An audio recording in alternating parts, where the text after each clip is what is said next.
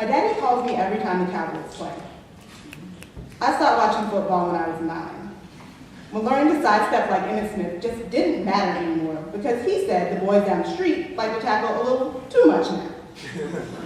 I was halfway out the door when I told them, they can't hold me, and if they do pull me down, they help me back up. There was no scolding, no hand on my shoulder to turn me back inside.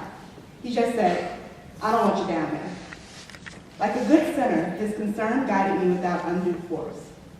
That day, my daddy showed me real love is present even when there's nothing to hold. But there's something uncomfortable about a love that's always available and never avoidable. I learned this at 17, when How About Them Cowboys became How Am I Gonna Make It Through Tomorrow, as he began to let me in on the hurt of kissing his wife goodbye before going to work and letting her pretend to be asleep.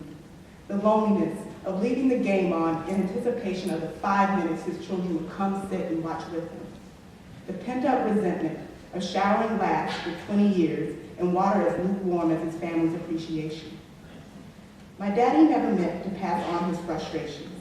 They just pile up and fall on me. Like once, while pouring a bowl of Cheerios, he asked me, what good is a love meant to cover everything when it gets too thin? When I was 6, my daddy told me I had a big heart, that I had to learn the difference between being needed and being taken advantage of. Daddy, you trusted I knew the difference. It's a blurry line, Daddy. It's the difference between touchdown and out of bounds. I know you know this. We have both run along this line for years and years and years and years. And I'm still not sure we figured it out. Is it need or advantage when I only call to ask for a ride from the airport? Is it need or advantage when he hates crowds, but walks the aisles of Walmart with me anyway because he knows it's the only way we'll spend time together?